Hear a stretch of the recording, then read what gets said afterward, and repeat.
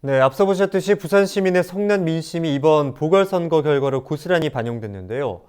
야당 후보인 박형준 부산시장이 압승을 거둔 이유, 또한 앞으로 부산시정을 어떻게 이끌면 좋을지 차재권 부경대 정치외교학과 교수와 이야기해 보겠습니다. 안녕하십니까? 예, 안녕하십니까. 네, 반갑습니다. 코로나19 확산세 평일에 치러진 선거임에도 높은 투표율을 보였었는데요. 높은 뭐, 투표율의 원인은 어떻게 보십니까? 일단 심판론이 거세지면서 심판해야 되겠다는 그런 어떤 민심의 표현이 저는 높은 투표율로 이어졌다. 그리고 서울 같은 경우에는 특히 이제 마지막 판에 그 네거티브 공방들이 치열하게 일어나면서 그런 것들이 저는 그 선거에 대한 관심과 주목을 좀 많이 끄는 요인으로 작용을 했다. 그렇게 봅니다. 네, 수차례 진행된 여론조사에서 야당 후보의 압승이 예상되긴 했지만 실제로 국민의힘 후보가 압승을 거뒀습니다. 어떤 이유가 있었다고 보십니까? 저도 뭐 대단히 좀 충격적으로 받아들였습니다. 저는 예. 차이가 나더라도 한 15% 내외로 아마 차이가 나지 않을까 뭐 그렇게 예상은 했었는데 그것보다 예. 거의 2배 가까운 차이를 내서 대단히 당황스러웠는데 저는 이렇게 된 근본적인 이유는 저는 근데 문재인 정부 초기부터 부동산 정책을 세팅할 때 김현미 장관과 그다음에 김수현 이 라인이 그 정책을 잘못 디자인을 한 거죠.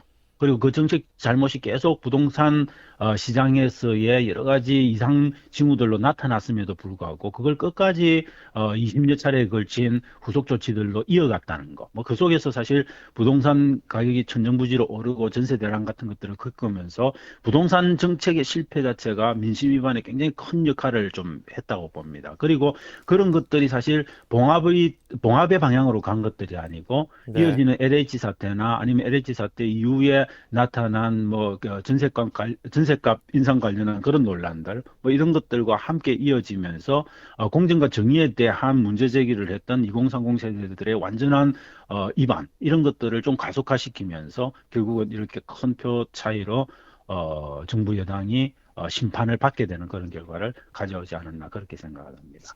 네, 정권 심판론이 우세했던 걸 확인할 수가 있었는데요. 이번 보궐선거가 내년 대통령 선거와 지방선거에 영향을 미칠 수 있을 거란 분석이 있습니다. 어떻게 보십니까?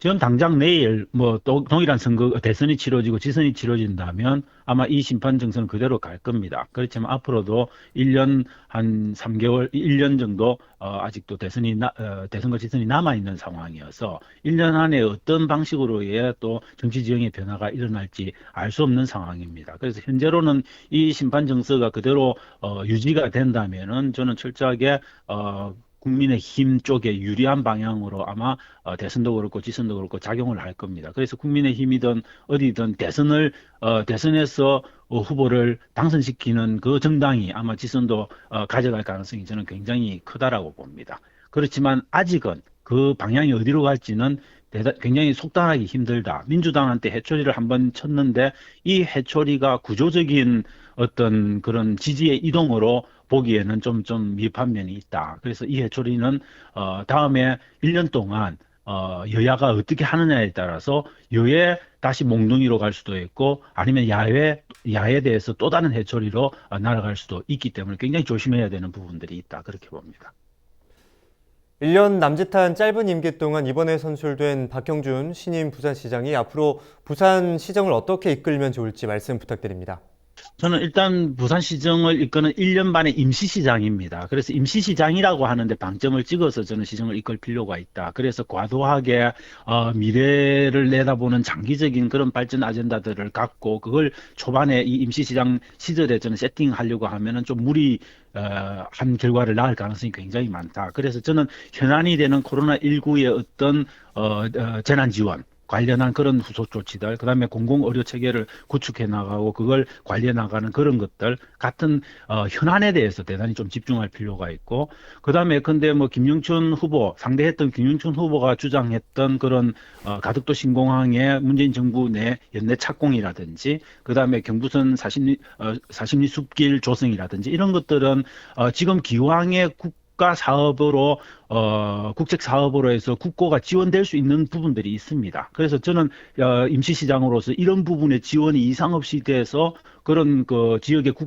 수건 사업들이 제대로 시작될 수 있게 만들고 관리하는 그런 데 저는 좀 초점을 둬서 시정 운영을 해나간다면 크게 무리 없을 것 같다는 생각을 합니다.